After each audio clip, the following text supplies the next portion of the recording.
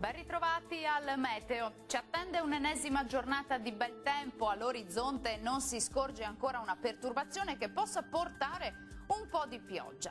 Nel dettaglio sul Veneto la giornata di venerdì 29 marzo sarà sempre all'insegna del sole, il cielo si presenterà sereno un po' ovunque o al massimo con qualche velatura sparsa. Temperature minime tra lo 0 e i 6 gradi, massime in lieve aumento comprese tra 15 e 18 gradi.